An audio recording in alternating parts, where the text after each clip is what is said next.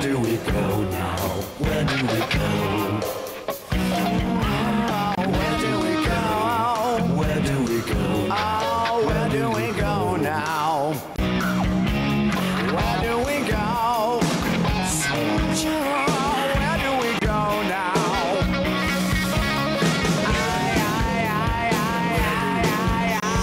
Where do we go now?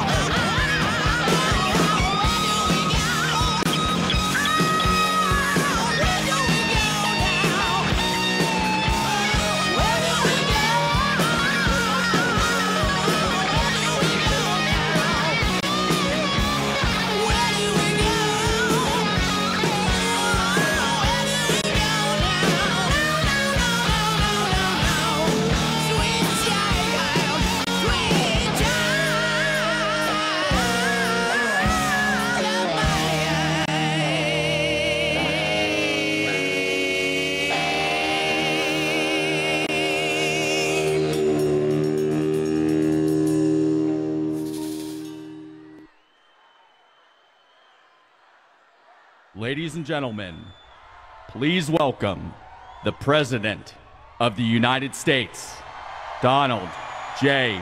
Trump.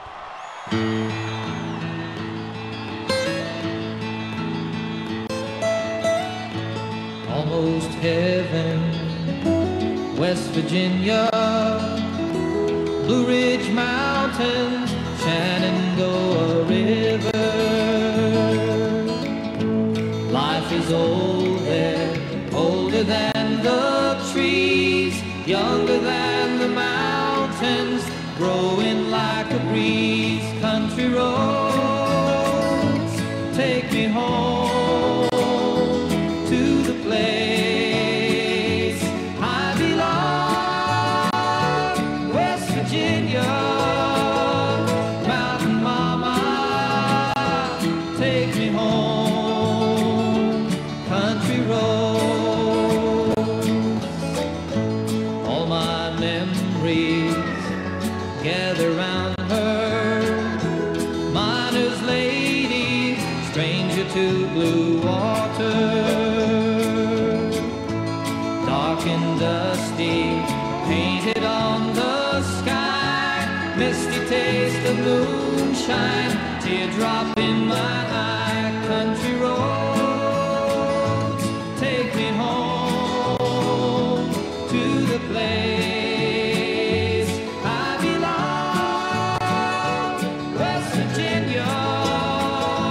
Mountain mama, take me home.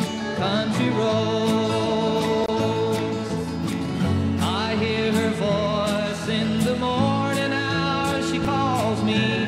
The radio reminds me of my home far away. Driving down the road, I get a feeling that I should have been home yesterday. Yesterday, country roads, take me home. Thank you very much. Wow. Wow. That is so beautiful. Thank you. What a great song, too, by the way. Do we like that song? I think so. I think so. I'd like to use it all the time, but it only seems to work well in West Virginia, right? So I am thrilled to be back with all of my friends in the great state of West Virginia. Thank you. This was a big victory. We won by 42 points. That's pretty big, right? 42 points. Over a Democrat, right? Over a Democrat. They didn't do too well. And the people of West Virginia, they're loyal, they're hardworking, they're true American patriots. Remember that. They are great. They are great people. They're my friends. Thank you very much. I love you too. Guy, it's a guy, but I love you too. You're proud of our country. You're proud of our history. And unlike the NFL, you always honor and cherish our great American flag.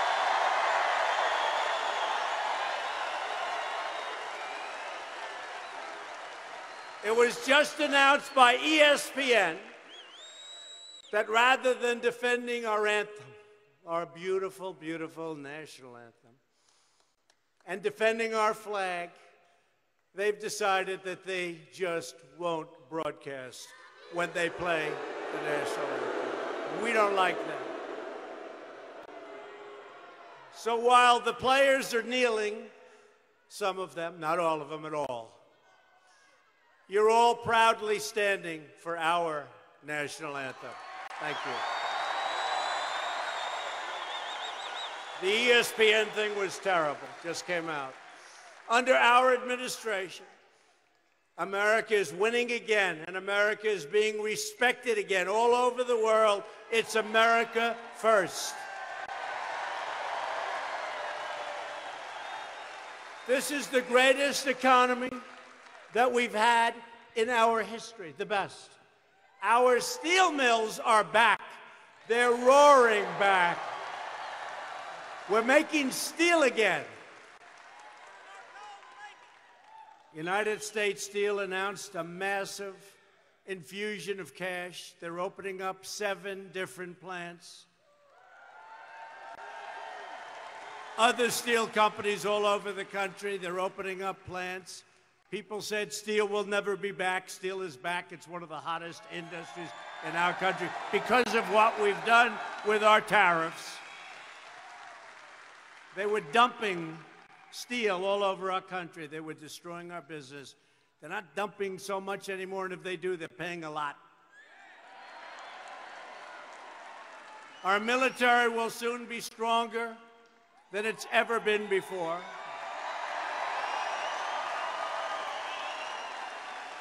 We're taking care of our amazing veterans.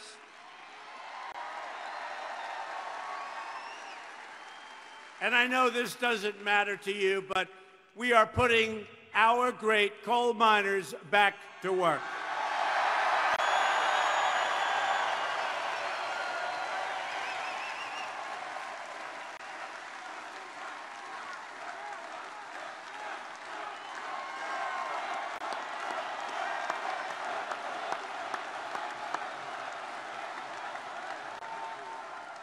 Great people, great people. Brave people. I don't know how the hell you do that, I'll tell you. You guys have a lot of courage. But we love clean, beautiful West Virginia coal. We love it. Right. And you know, that's indestructible stuff.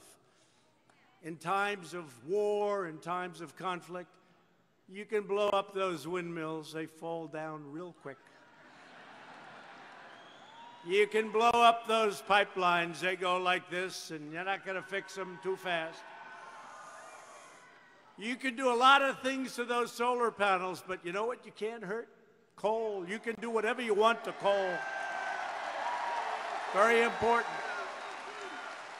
And we're working now on a military plan that's going to be something very special.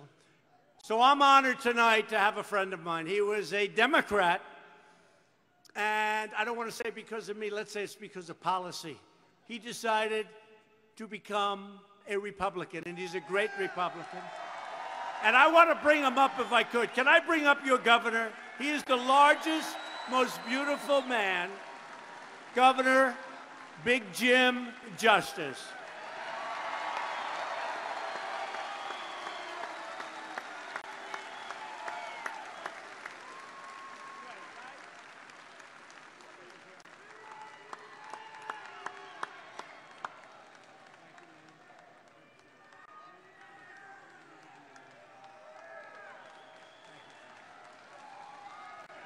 Okay. I deputized you, did I not? The other thing, I know you as West Virginians are appreciative people. Now just think, we know what this great man right beside me has done for us.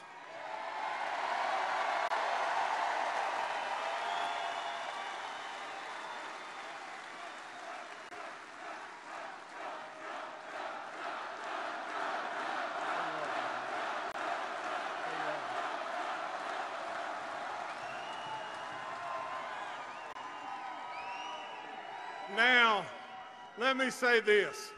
It's time for us to show that appreciation and deliver back.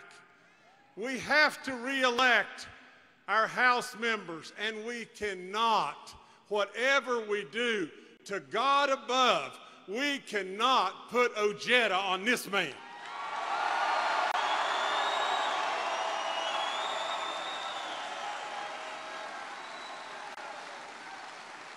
But it goes further than that. Patrick Morrissey is a little behind right now. He needs you. He needs all of you. He needs you to go out and be warriors and deputies for him. He can win this, and this man needs him. So I would say, God bless this great man. God bless this great country, and thank you for having me.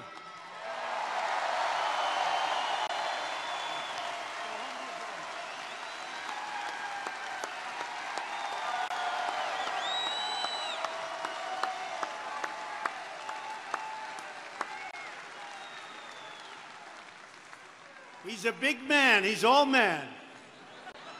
6'11". I won't talk about the weight. I don't know what the weight is. I won't go there. But he is a big man, and he's a great man. He's a wonderful friend of mine. And it's really nice what he just said about the man that you want to be your next senator. That's really nice. Thank you very much, Jim. Also, we have your senator, who's a special friend of mine. She's been so helpful to me and so helpful to you. She loves your state. Shelley Moore Capito.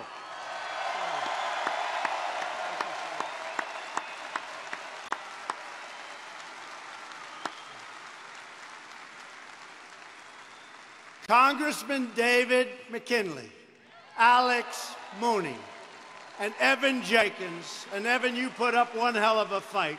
Thank you, Evan. Boy, you were something. And your state GOP chairwoman, Melody Potter. Melody.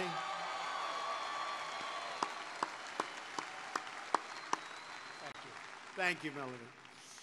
Also with us is a tremendous senator, somebody that's helped us do our agenda, which is Make America Great Again, pretty much.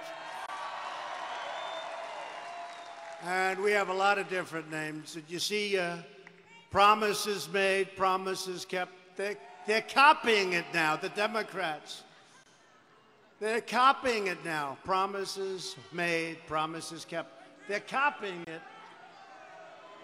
But what are you going to do? But this is a man that really, he makes a promise and it's 100% good. He's tremendous and done so much. He's from a place called Colorado. And he's helping to lead our campaign to elect more Senate Republicans like the man we're going to elect in West Virginia, Cory Gardner. Thank you, Cory. Thank you, Cory. Great job. Doing a great job. Thank you. And we're thrilled to be joined by the next House members from West Virginia's 3rd Congressional District, a woman that works very hard for you, Carol Miller. Carol.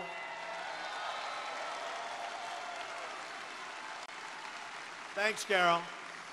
Finally, it's my great honor to introduce the person that we are here to support tonight, a tremendous gentleman. I got to know him during the campaign. He has got an energy. It took me a little while to figure it out. I have to be honest. And once I got to see what was happening, and Evan would be the first to tell you too, he was so tough, he was so smart. He didn't stop. He does not stop. And he's going to fight for you like nobody's ever fought for the people of West Virginia. Your next senator, Patrick Morrissey. Patrick, come up here, Patrick. Come up here, Patrick.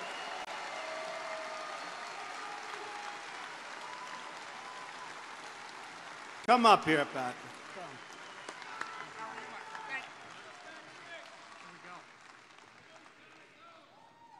Joe does have to go. Let me be clear.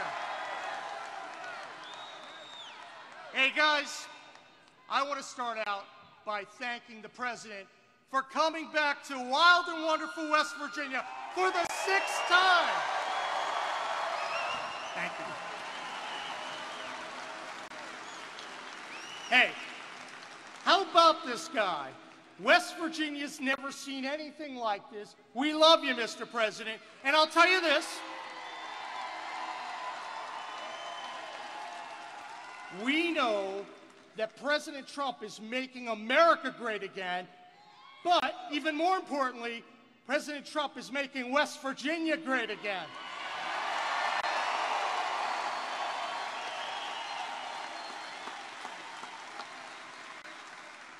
Look, tonight, we're joined by some of the Mountain State's finest coal miners. Can you stand up? A round of applause for our hard-working coal miners.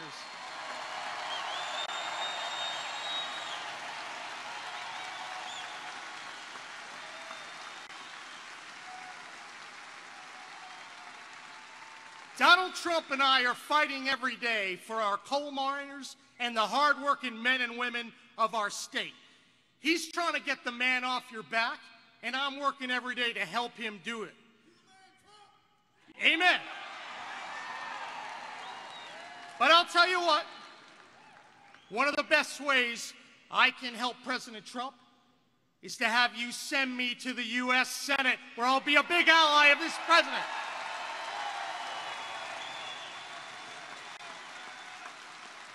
West Virginia needs to send a conservative fighter to the U.S. Senate to help drain that swamp. Now,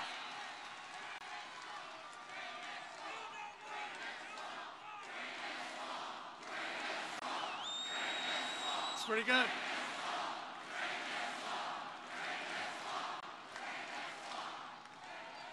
Now, let me tell you a little bit. I have an opponent in this race. His name is dishonest liberal Joe Manchin. And let me be clear, liberal Joe is no supporter of this president. Manchin strongly supported and voted for Hillary Clinton after, ready? All right, hang on. After she said, we're going to put a lot of coal miners and coal companies out of work. Yeah, it's pretty bad. Manchin even called Hillary warm, compassionate, engaging, tough. Can you actually believe that?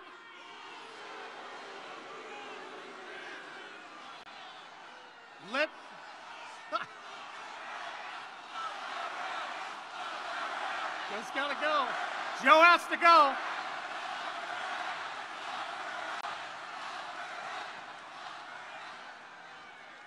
Liberal Joe no longer has West Virginia values. Let's go through the record. Manchin was for Obama. Manchin was for Hillary. Manchin is for radical gun control, Planned Parenthood. He shills for EpiPen, and he opposed the Trump tax cuts. Let me be clear, pretty bad, right? Remember, this is West Virginia. We benefit as much or more than anyone from the Trump tax cuts.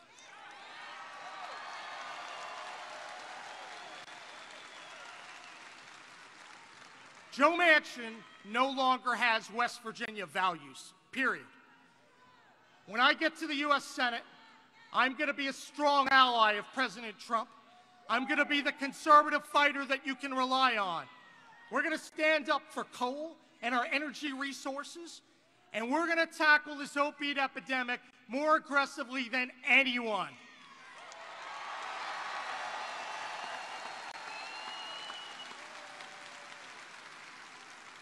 It's my honor to be here tonight and be on the same stage with the President. Mr. President, thank you for your leadership, your work, and for standing up for West Virginia. Thank you. Amen.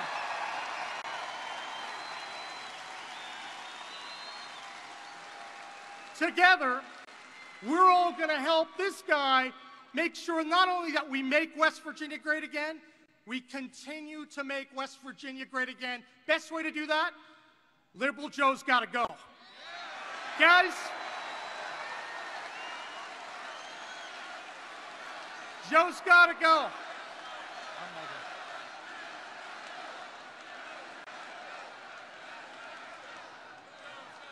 And now I will turn this back over to the big man who you're here to see. Amen, brother.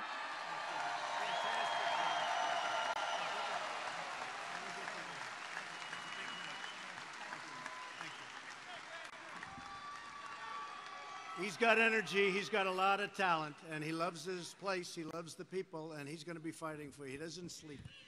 He's out campaigning. I said, how many days are you campaigning? Because I said the last 60 days of my campaign, every single day, we'd go out every single day, as many stops as you could make. Humanly, you can't get tired. He's got that same thing. He's not going to get tired. He's every single day. And he's got a very special spark. You see it, and you know him. Look, you know him. He's done a hell of a job as your AG. And you got to get him with us. You got to get him with us. He's going to bring it back home for the people of West Virginia. So this November, voters in West Virginia will face a very simple choice. A vote for Patrick Morrisey is truly a vote to make America great again. He's going to vote.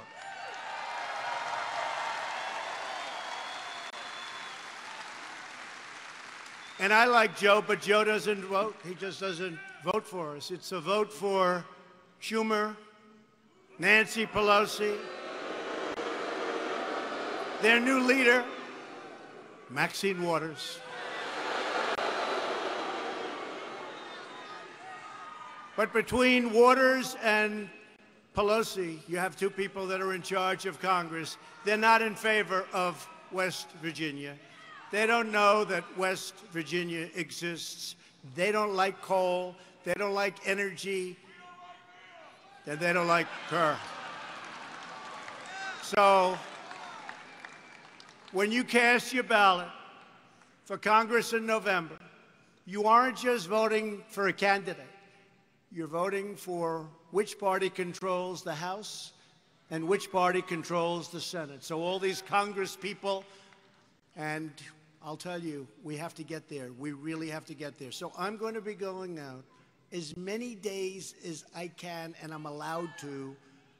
You know, I have sort of a little with all the Secret Service and all the fantastic people, but it sort of holds you back. Maybe sometimes I'll just make a few trips without them. We'll do them quietly. But we're going to be out a lot. We're going to a lot of different states. And I'm coming back here before the election.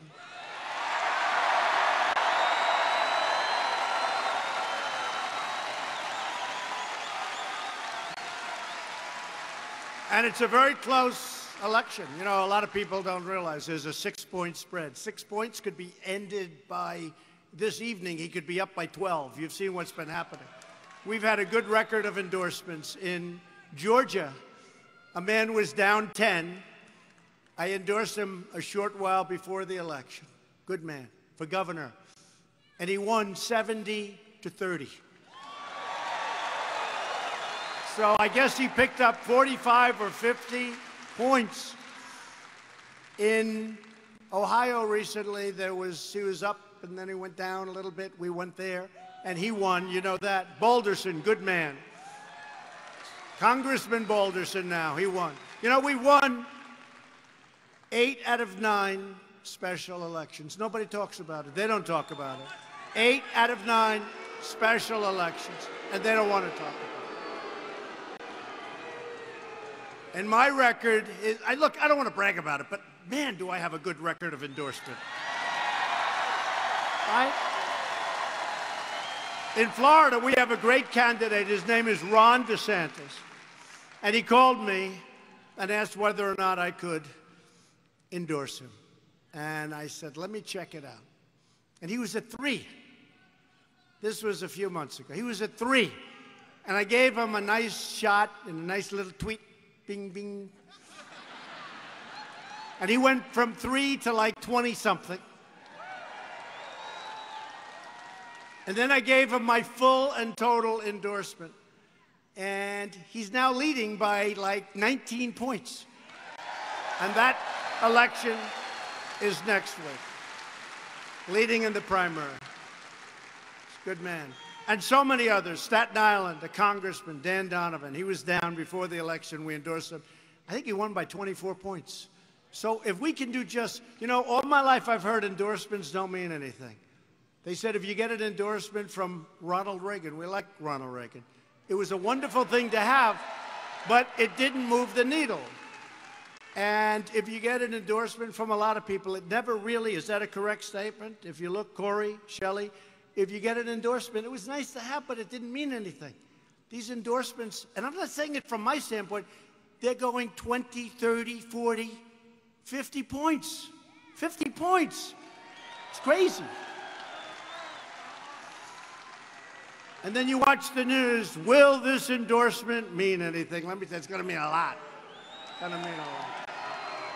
And I don't care. I just want to, we have to get senators in. We've got really no majority. We have, if you really look at it, probably we could say 49-49, 51-49. We have some people that aren't able to vote. We have some people that are a little unreliable. They don't exactly like what I've done to their career. They don't love what I've done, and that's okay. And I don't like what they've done either. But we need to elect 5, 6, or even 7 more senators. And I think we can do it. I think we can do it. And we have to start with Patrick Morrisey. He's going to be fantastic. If you vote for Joe Manchin or any other Democrat in November, you're voting for the party that wants to really destroy the coal industry. Patrick said it. Joe endorsed Hillary 100%. And he got along with her even better after she came out with a statement that she wants to destroy coal and coal companies. That's a bad thing. The Democrats want to turn America into one big, fat sanctuary city for criminal aliens. And honestly, they're more protective of aliens, the criminal aliens, than they are of the people.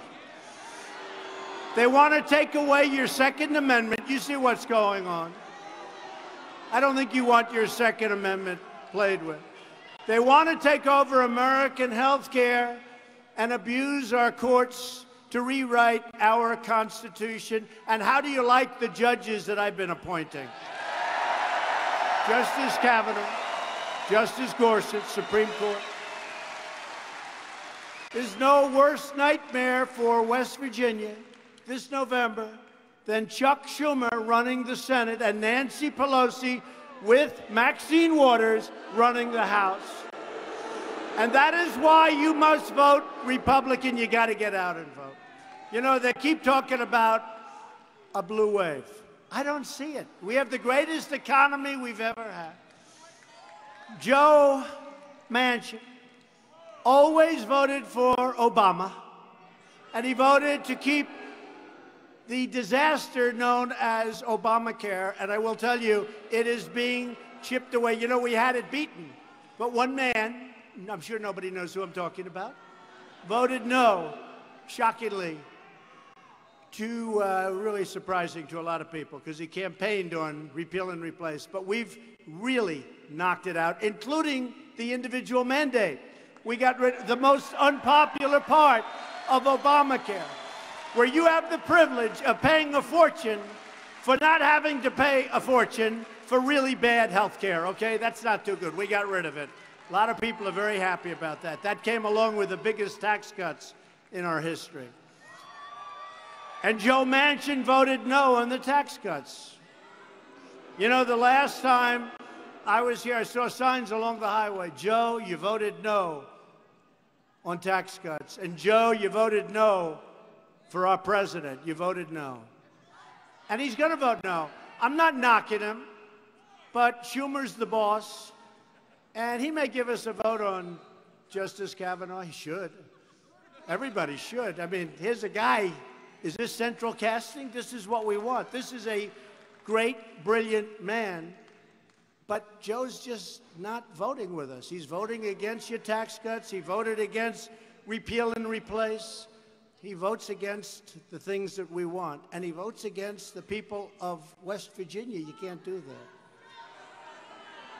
You know, Joe opposed the wall, and he opposed the travel ban. And by the way, the wall, right now, that wall is coming along. We're over $3 billion. It's moving along very nicely, very nicely. And if you think it's easy with these people, it's not easy. It's not easy. We're getting the wall built. It's going up. We're getting it built. And we have a big number in right now.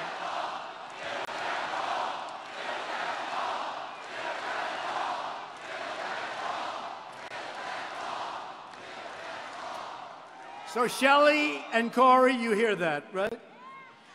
So we have $3.2 billion. We're looking for $5 billion this year, and all of a sudden it's going to be finished, and it's going to be very, very effective.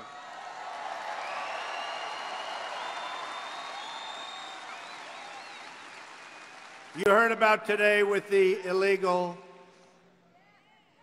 alien coming in, very sadly, from Mexico. And you saw what happened to that incredible, beautiful young woman. Should have never happened. Illegally in our country. We've had a huge impact, but the laws are so bad. The immigration laws are such a disgrace. We're getting them changed, but we have to get more Republicans. We have to get.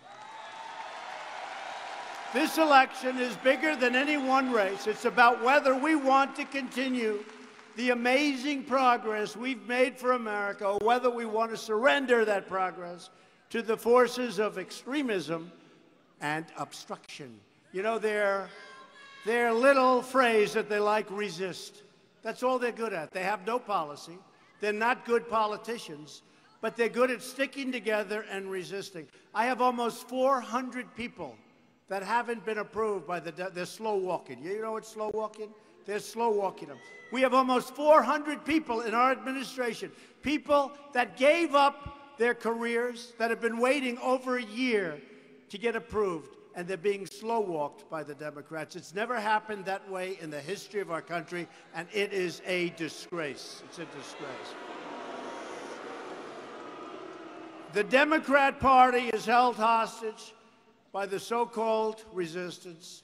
Left-wing haters and angry mobs. They're trying to tear down our institutions, disrespect our flag, demean our law enforcement, denigrate our history, and disparage our great country, and we're not going to let it happen.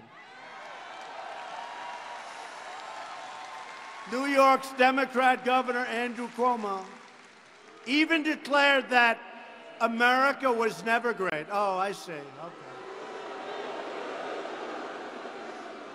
Tell that to our great soldiers at World War I, World War II, Korean War, so many others. Tell them, to the folks that sent a rocket up to the moon and our great astronauts. Tell them, to all of the great medical research we've done in this country. And he says, America was never great. I would imagine that's career-threatening, right? I would imagine. How did he get away with that one? Did you hear? He was speaking to a room loaded up with socialists and probably others. Probably others. No, not communists, but there could have been a couple of them, too. And he made the statement, and America was never great. And they go, did you hear? They go, whoa, whoa. Whoa, they couldn't even believe it. Now, that's job-threatening. His comments are an insult to the generations of brave Americans whose blood and sweat and tears built our magnificent country. So this November, you can either vote for the party that says America was never great. That's going to be their theme now, America was never great. Hey, let's do that. You know, they copied mine. Promises made, promises kept. Let's give them a new theme. Quote, America was never great. That's the Democrats' new theme. Can we do that? Yeah. We'll retheme their party.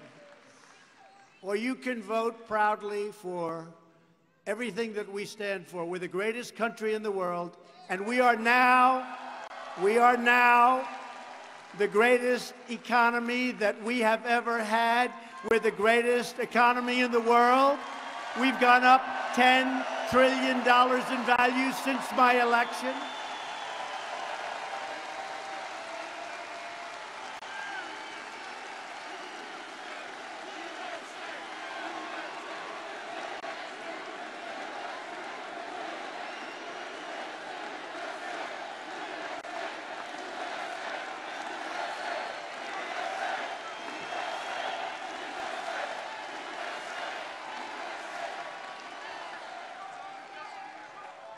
We've gone up $10 trillion.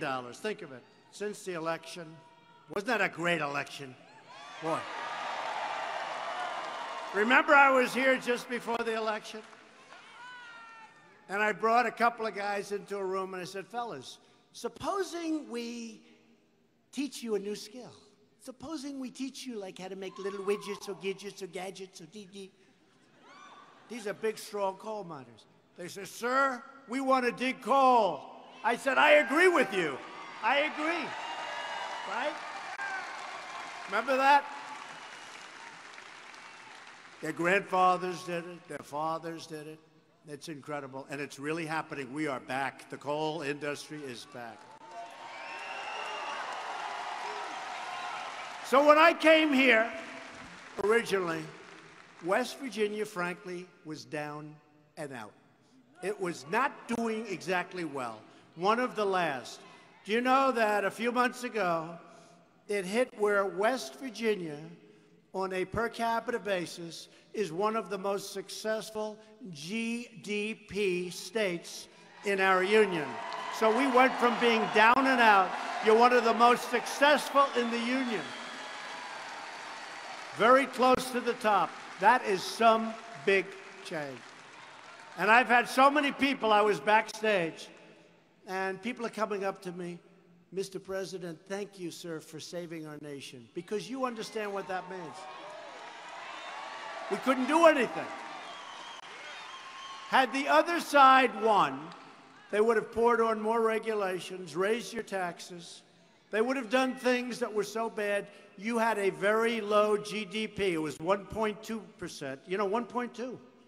It was going down. It was going to be a negative. Last quarter, we just hit, as you all know, 4.1. Nobody thought that was bad. I always say it, if I would have ever said that shortly after winning we're going to hit 4.1, those people back there would have said, this guy, no good. Fake news. Fake news. How fake are they? Fake news and the Russian witch hunt. We got a whole big combination. Where is the collusion? You know, they're still looking for collusion. Where is the collusion? Find some collusion. We want to find the collusion.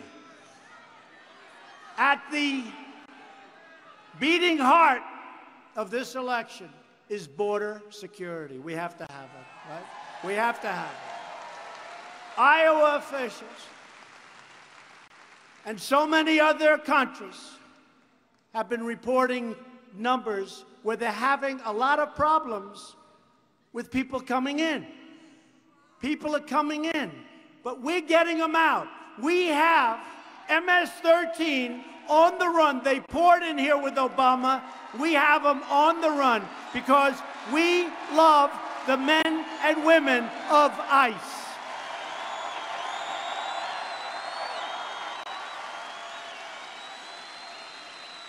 A blue wave in November means open borders, which means massive crime. A red wave means safety and strength. That's what it is. The new platform of the Democrat Party is to abolish ICE, A vote for any Democrat in November is a vote to eliminate immigration enforcement, throw open our borders, and set loose vicious predators and violent criminals. They'll be all over our communities. They will be preying on our communities. Yet while many Democrats are calling to abolish ICE, today our brave ICE officers successfully carried out a 14-year-old deportation order against a Nazi criminal who was living in New York, the last known Nazi officer living in the United States. They've been trying to get him out for decades. President Obama tried. They all tried. We got him out. Gone. He's gone. He's back in Germany.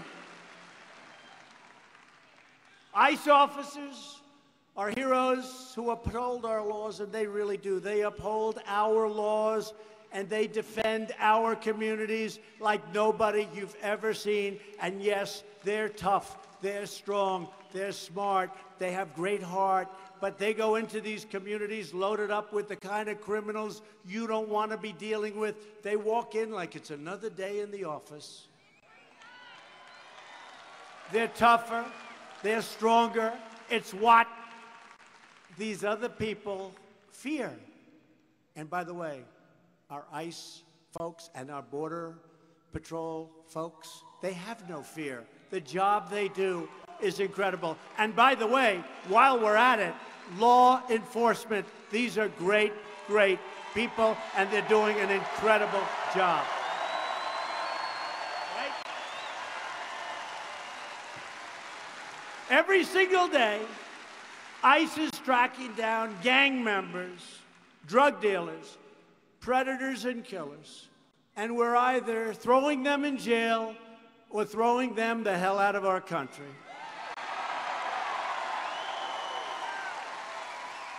If you want to save ICE, if you want to protect our border and our Border Patrol, if you want to stop this craziness of sanctuary cities where criminals are protected, take a look at Chicago. How about the mayor of Chicago? It's like a war zone. And it's a great city. That's like a war zone. This is what those policies do. Last week, 62 people were shot, 12 died. This is like our country. There's no reason for this. The Republican Party stands proudly with our courageous ICE officers and Border Patrol agents.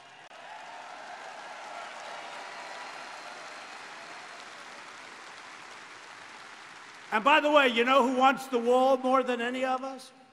ICE and Border Patrol, because they know that's going to be a big, big factor in stopping the drugs from coming in, the human traffickers, which is worse all over the world than at any time in the history of our world. Human traffickers. Who would believe?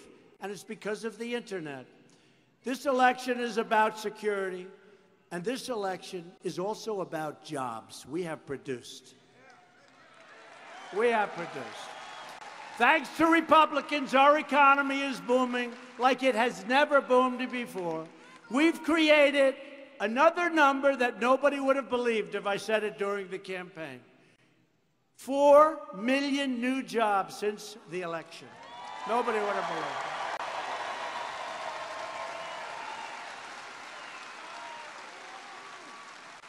Almost 3.9 million Americans have been lifted off food stamps. Think of that. They don't need them because they have a job. They're eating better now. They don't need food stamps. Almost 4 million, think of it. Last year in West Virginia, per capita income grew 40% faster than the national average. 40%. Congratulations. Congratulations. I told you last time I was here, you weren't so happy like you are now. We've added over 400,000 new manufacturing jobs nationwide. That number is soon going to exceed 600,000. And our opponent said, there's no such thing as manufacturing jobs anymore, right? And I'd say, oh, I see, we're not going to make things anymore. Think of it. We'll be close to 600,000 very soon. We have companies pouring in to our country. They're coming back. These are companies that left. They're coming back to Michigan. They're coming back to West Virginia. They're coming back to Pennsylvania and Ohio. They're coming to Florida. They're coming back, not just opening, they're coming back.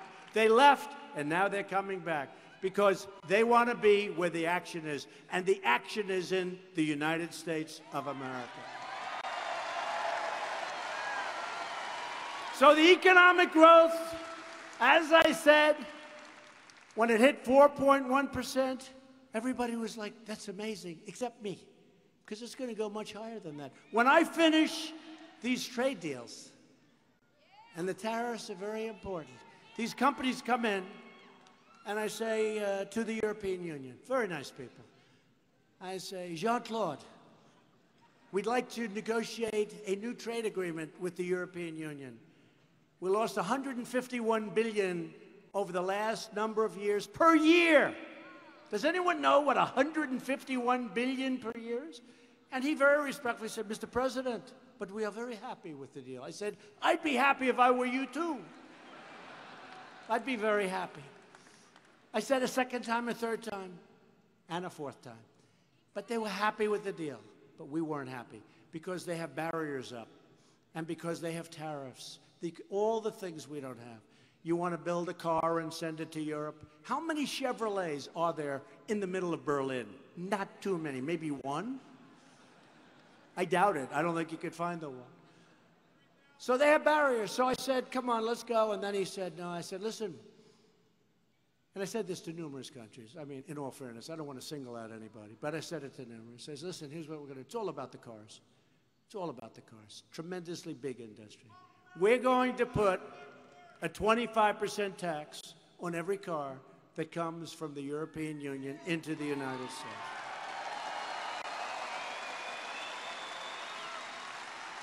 And that'll take our loss and trade deficit of $151 billion, and it'll give us a surplus of $151 billion.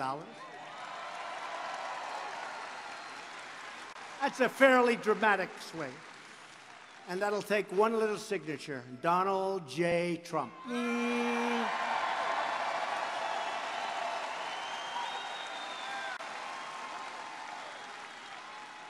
And I got a call. Mr. President, when can we meet? Would like to see you. And they came and very respectfully were working on a deal. But this is happening all over. With China, I have great respect for President Xi. Great respect. Tremendous respect for China. But they have taken advantage of our country for decades. We have rebuilt China. We have rebuilt China. I used to talk about this. I didn't press it initially because I wanted them to help us with North Korea, and they have. And they have. And we're doing well with North Korea. You know, these guys, it's been, what, 3 months since I left? These guys say, what's happening with North Korea? Hey, folks, they've been doing this stuff for 75 years, 3 months. What happened? I can tell you. And I got along very well with Kim Jong-un, and really well. Good chemistry. There's been no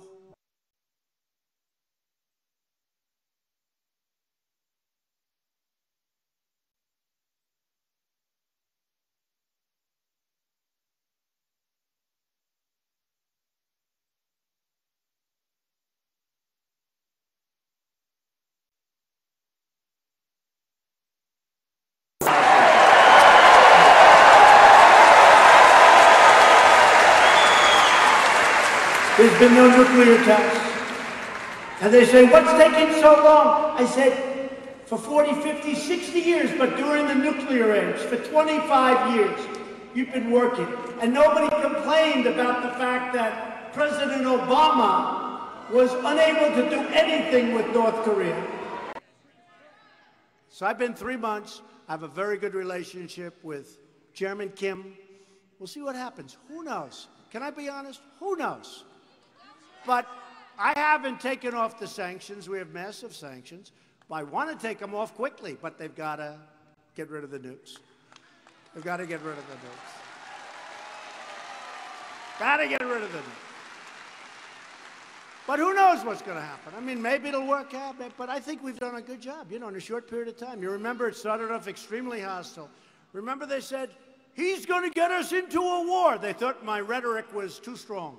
You remember. I won't say it because I don't want to insult Chairman Kim. But you remember. Boom. You remember. Elton John. I don't want to insult, so I'm not going to mention it. But the fake news back there said, he is going to get us into a war. He's crazy. This guy is crazy. Our president is crazy.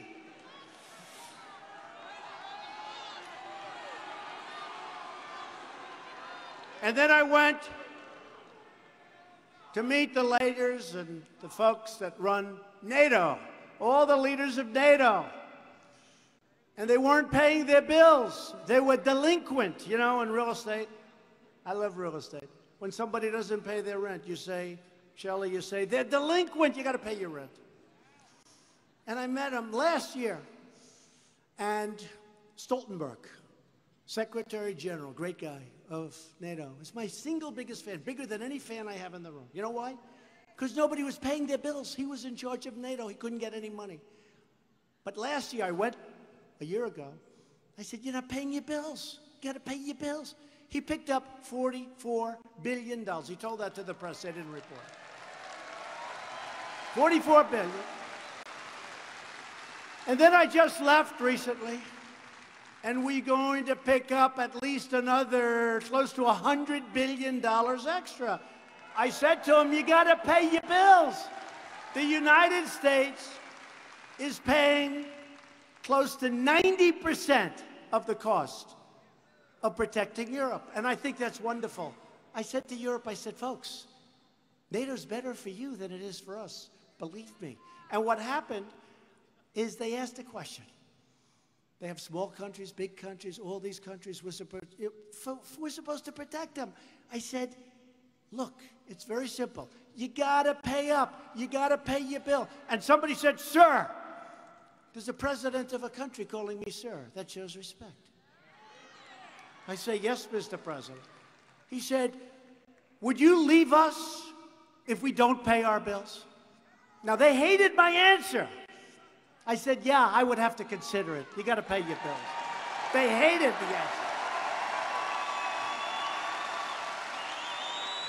But if I said, no, I won't leave you, you don't have to pay your bills, I won't leave, I promise we'll always protect you, you will always be protected, don't pay your bills, then they're never going to pay their bills. So I said, yes, I will leave you if you don't pay your bills. And you could see those checkbooks coming out for billions of dollars. They pay their bills. And I think we'll pick up, over the next short while, over $100 billion. And then they said, the fake news, they said, President Trump treated the NATO nation leaders, in brackets, I put brackets, who have been ripping us off, in brackets, treated the NATO leaders with tremendous contempt and disrespect. And I said, no, no, no. They disrespected our country because they weren't paying. Now they're paying. How about if we got into a conflict because a country was attacked, and now we're in World War III, and we're protecting a country that was attacked and didn't pay its bills? I'd feel so stupid. We're protecting a country that wasn't paying its bills. So I got them to pay $100 billion. It's going to be much more than that, but tremendous amounts of money. Tremendous. They got to pay up. They're paying up. And then they made the statement that I showed great disrespect. But actually, I have a great relationship with all of those people, 28 people, all of them. We have a great relationship because now they respect us. They respect our country again. They didn't respect our country. They didn't respect our country. They respect us again. And you see it with China. China's market is way down. I don't want them to go down, but they're down close to 30% in 3 months. I don't want them. I want them to do well. I want to be their friend. But we had to do things that we had to do. When I came, we were heading in a certain direction that was going to allow China to be bigger than us in a very short period of time. That's not going to happen anymore. Not going to happen anymore. Can't let that happen.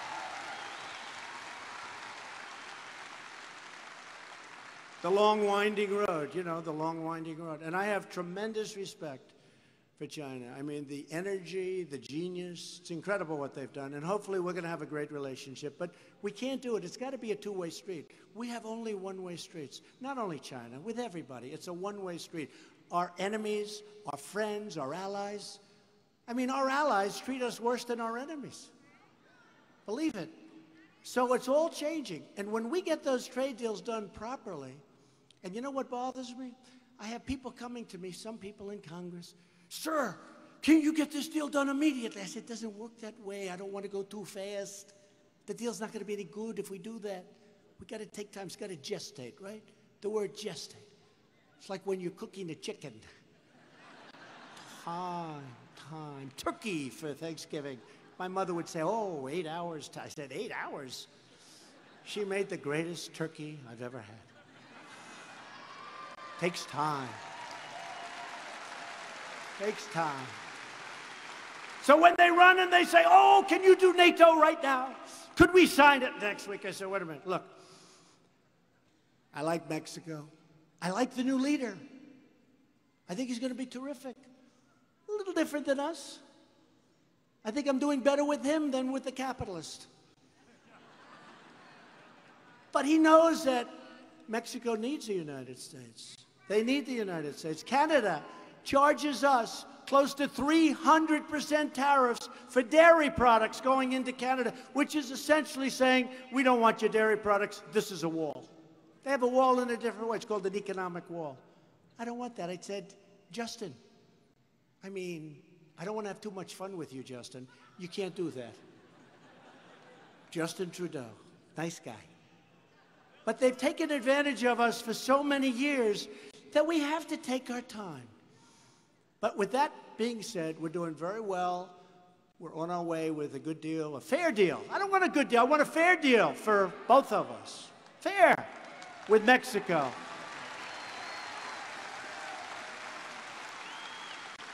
And you've heard me say it. As an example, when China makes a car, they sell it into the United States. There's 2.5% tariff, of which they don't pay. So they pay nothing. Other than that, it's a wonderful deal. When we make a car, we sell it into China, and there's a 25% tariff, and that's just the beginning. There's others. A man was driving down a street in China, and he looked over, and it was a Chevrolet-like Camaro. Does that make sense? Is it a Camaro? I think it cost $39,000 or $40,000. He's in China. He's in Beijing. And he shouts across. They're stopped. He shouts across, "Tell me, how much did that car cost in China?" Guy looks, $119,000. Now, you understand that, right? It's all taxes and taxes and taxes. We can't do that anymore. Can't do it. We are a country with unbelievable potential. We are a country that has been ripped off by everybody. And we're not going to be ripped off anymore. And if it takes me the little angst to tell senators and congressmen and all of the people that really do have your heart in their hands, in many cases. Sometimes I wonder where they're coming from with these suggestions. But it's going to have to take that little period of time. With that being said, we're moving so fast, nobody can even believe it. And every country wants to make a deal. Because we're like the big, fat piggy bank that everybody wants to rob. And we're not going to let them rob us anymore. Is that okay, West Virginia? We're not going to let them rob us anymore. Every day we're keeping our promises. We're canceling Obama's illegal anti-coal destroying regulations, the so-called Clean Power Plan. Doesn't that sound nice? Clean power. You know, when I ended the Paris Accord, what's a more beautiful name than the Paris Accord? Let's call it the West Virginia Accord. Maybe I would have signed. But when I entered it, that was going to cost us hundreds of billions of dollars. Hundreds of billions. And other countries, as an example, China, didn't kick in until many years in the future. We kicked in immediately. Russia went back many years, which was not a clean time in terms of the environment. Because you know what? We all agree. We want a clean environment. We want a strong, beautiful, clean environment. I want clean air. I want crystal clean water. And we've got it. We've got the cleanest country in the planet right now. There's nobody cleaner than us. And it's getting better and better. But I'm getting rid of some of these ridiculous rules and regulations which are killing our companies, our states, and our jobs. Just today, we announced our new affordable clean energy proposal that will help our coal-fired power plants and save consumers, you, me, everybody, billions and billions of dollars. We've eliminated a record number of job-killing regulations, and Republicans have passed the biggest tax cuts and reform. The reform's very important, but you know what I've said. I don't want to talk about reform because nobody knows what it means. That could be a tax increase. I said, how come it's been Ronald Reagan since you got the last big tax cut? And they looked at me and said, we don't know. And a lot of the great senators and the congressmen came up to see me, and they had the 2018 tax reform. I said, what the hell does that mean? Are you going to raise taxes? Then I found out this is what they've done for 40 years. Tax reform. I said, nobody knows what it means. And we do have reform in there, great reform. But they said, nobody knows. I said, nobody knows what it means. Here it is. I want to put it down, tax cuts. They said, what would be your favorite name, Mr. President? I said, the tax cut bill. And we almost did it. We almost did it. But in all fairness, in this case, Congressman, a couple of them thought it was a little bit tacky. So we call it the Tax Cut and Jobs Bill. But you know what? We have done great reform. But it's the biggest tax cut in the history of our country. And you people are benefiting by it. You're benefiting by it. And companies are benefiting, and those companies are the ones that are providing all of the jobs. We're setting records on jobs. We're protecting also, so important for West Virginia and a lot of states, we are protecting, again, religious liberty. And we're also standing up to social media censorship. That's the new thing. That's the new thing. You know, I'd rather have fake news like CNN. I would rather have fake news, it's true, than have anybody, including liberals, socialists, anything, than have anybody stopped and censored. You gotta live, we gotta live with it. We gotta get used to it. We're gonna live with fake news. There's too many sources. Every one of us is sort of like a newspaper. You have Twitter, you have whatever you have, Facebook. But everyone, you can't have censorship. You can't pick one person and say, well, we don't like what he's been saying, he's out. So we'll live with fake news. I mean, I hate to say it. But we have no choice because that's by far the better alternative. You can't have people saying censorship because you know what? It can turn around. It can be them next. It can be them next. We believe in the right of Americans to speak their minds. We repealed the core of Obamacare, I told you, individual mandate, because we want to give critically ill patients, we have to give them access. We have to give health care to people. We want the right to try. Do you know what the right to try is? They've been trying to get this for 40 years. They couldn't get it. A person is terminally ill. They're terminally ill. They're really sick. And I know people, if they have money, they travel all over the world to try and find a cure. If they don't have money, they die. They die. We have the greatest scientists in the world. That's why China and so many other people, they're trying to steal our technology. We can't let them happen.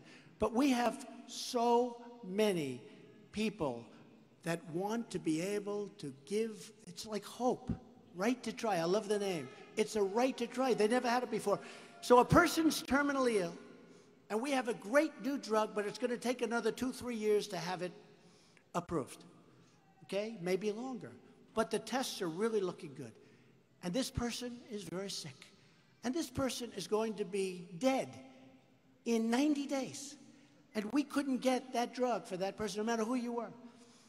And I said, wait a minute, what's the story with this? Now, there were a lot of complications because the insurance companies had problems, the medical companies had, everybody.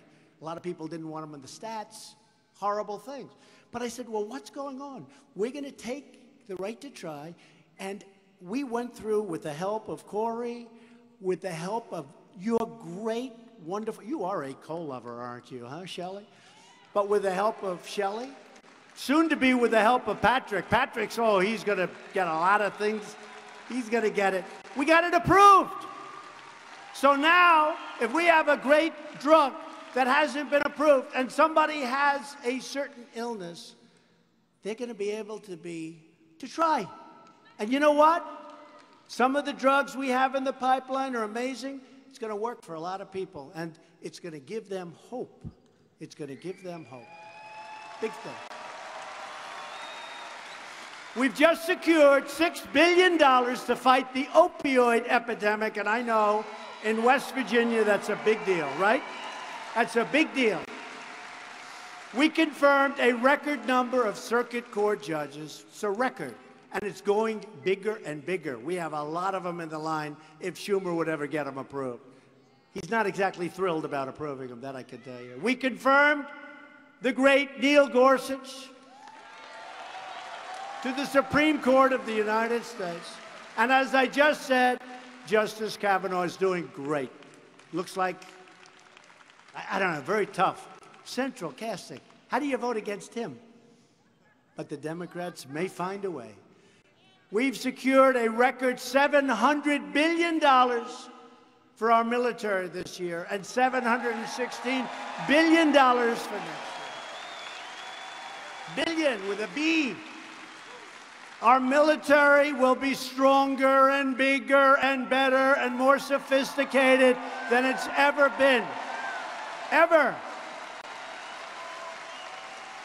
And hopefully we'll never have to use it. You know, get a lot of good fighters out here. I see some of them. I know some of them. And the one thing about a fighter or a nation or whatever you want, the stronger your military, the better chance you have of never having to use it. We don't want to use it. We don't want to use it. And all of that equipment is being built right here in the USA. We make the greatest fighter jets in the world. We make the greatest ships in the world. We make the greatest missiles and rockets. Nobody does it like us. And in my direction, the Pentagon is working hard to create the sixth branch of the American Armed Forces, the Space Force. That's very exciting. We need it. That's the new frontier. And I'm not just talking about sending rockets to the moon. I'm talking about militarily. That's where it's at. Thanks to the leadership of UN Ambassador Nikki Haley, we've reduced the United Nations spending by $1.3 billion, saving U.S. taxpayers $350 million. Just came out, but nobody wants to write it. We just passed a landmark VA accountability law. That's where people that don't treat our vets properly, we look at them and we say, you're fired, get the hell out. 45 years they've been trying to pass it. 45 years they've tried to pass it. We also passed Veterans' Choice so that if our veterans can't get the care they need, they have the right to see a private doctor. They don't have to wait in line for 3 weeks, 4 weeks, 8 weeks, 2 months. I withdrew the United States from the horrible Iran nuclear deal.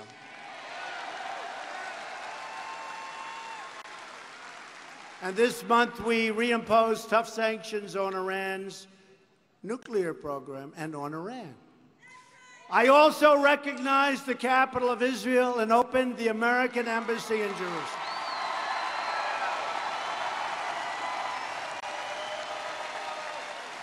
And I understand now what happened. Because every president, many presidents, they said, we're going to do it. We're going to move our embassy to Jerusalem. It's going to be the capital of Israel. And we're going to do it, we're going to do it. And then they don't do it. Politicians, they don't do it. So I said, I'm going to do it during the campaign. I said it right here in West Virginia. And I now understand why many presidents before me said they were going to do it and didn't do it. Because I was inundated with calls from foreign leaders. Every country, don't do it, don't do it, don't do it, please don't do it, don't do it. And so actually what I did, I was about 5 days off. I stopped taking calls. I said, I'll call you back next week. Because I knew what they were going to ask me. It's much easier to say, oh, gee, I didn't know you were calling for that reason. So I approved it. And it should have been done years ago. And if there's ever going to be peace, remember I said it, with the Palestinians, it was a good thing to have done because we took it off the table. Because every time there were peace talks, they never got past Jerusalem becoming the capital. So I said, let's take it off the table. And you know what? In the negotiation, Israel will have to pay a higher price because they want a very big thing. But I took it off the table. They could never get by. You understand that, Corey? You both understand that, Shelley? They could never get past the fact of Jerusalem becoming the capital. Now it's off the table. There's nothing to negotiate. But they'll get something very good because it's their term next. Let's see what happens. It's very interesting. I've always heard that's the toughest deal of all deals. That's called peace between Israel and the Palestinians. They say that's the toughest of all deals. Let's see what happens. Instead of apologize, that's what we're doing is we're winning. Instead of apologizing for America, we're standing up for America, and we're standing up for the heroes who defend our country. But to continue this incredible success, we must elect more Republicans. We must elect Patrick Morrisey. We need him.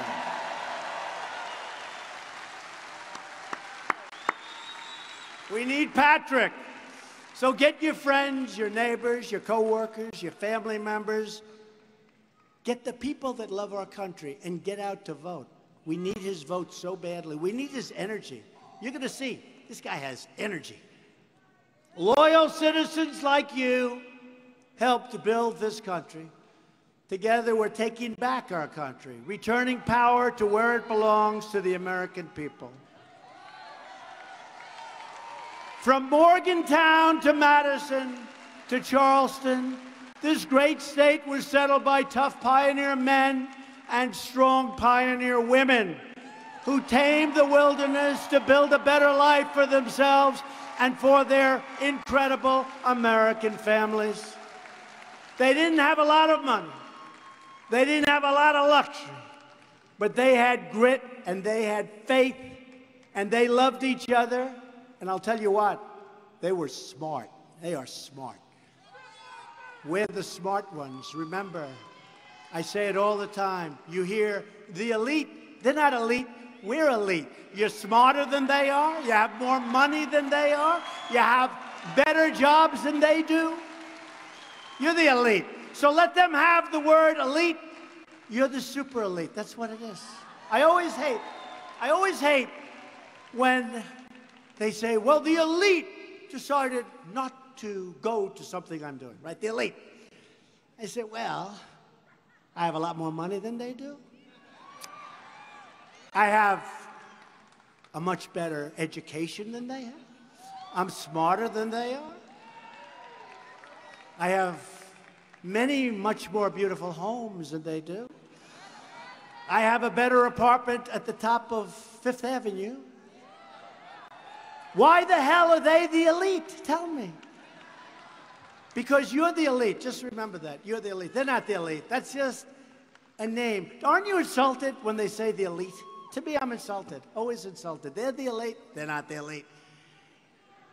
Your people and the people that preceded you in West Virginia were the carpenters and the coal miners, the ministers, the metal workers, the farmers, the factory workers. But they all had one thing in common. They loved their families, they loved their country, and they loved their God.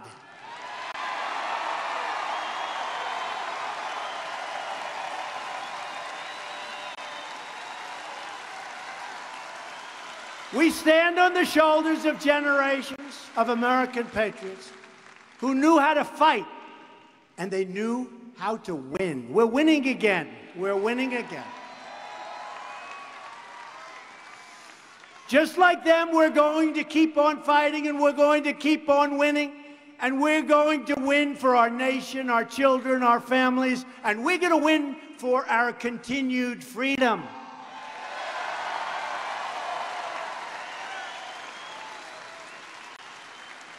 I joke that I'll have Patrick Morrissey coming to me soon. He'll be your senator.